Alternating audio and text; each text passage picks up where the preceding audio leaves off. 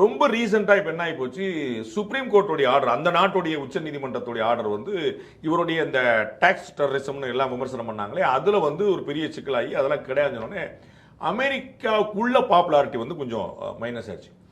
எப்பயுமே நீங்கள் கேட்கறதுக்கு ரொம்ப குரூயலாக இருக்கும், ஆனால் எப்பயுமே வந்து ஒரு போர் பல மைனஸ் பாயிண்ட்களை ப்ளஸ் பாயிண்டாக மாற்றிடும். ஒரு சண்டைன்னு வந்துருச்சுன்னா பாகிஸ்தான் எக்ஸிஸ்ட் ஆகிறதே அதை வச்சு தான். நம்ம வந்து இந்தியாவுக்கு எதிராக போர் போர் போர் சொல்லி அவங்க நாட்டுக்குள்ள என்னமோ ஒண்ணுமே பண்றது கிடையாது.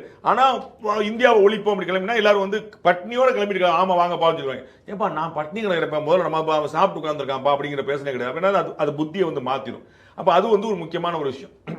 இஸ்ரேலில் பார்த்தீங்கன்னா நெத்தன்யாகுடைய பாப்புலாரிட்டியுமே அவ்வளோ ஸ்ட்ராங்காக இல்லை இஸ்ரேலுக்குள்ள. இந்த அந்த அவருடைய இந்த திருநாளும் போது வந்து இது 200-300 பேர் வந்து அடிச்சுட்டு போயிட்டு போனதுல பாலஸ்தீன் வார கிட்டத்தட்ட ஜெயிச்சுட்டேங்கிற மாதிரி அவர் சொல்லிக்கிட்டா கூட அந்த சம்பவத்தையே மக்கள் வந்து ஜீர்ணிக்க முடியல. அப்போ அவங்களுக்கு தெரியும்ல, மொசாட் அவங்களுடைய உளவுத்துறை தான் உலகத்தின் சிறந்ததுன்னு சொல்லிக்கிட்டு இருப்பாங்க.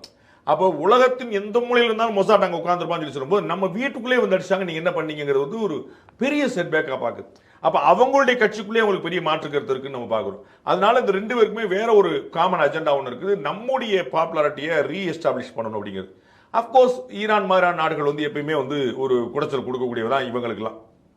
அப்போ இது ஒரு சந்தர்ப்பமாக பயன்படுத்தி உள்ள அடிச்சு போறாங்க.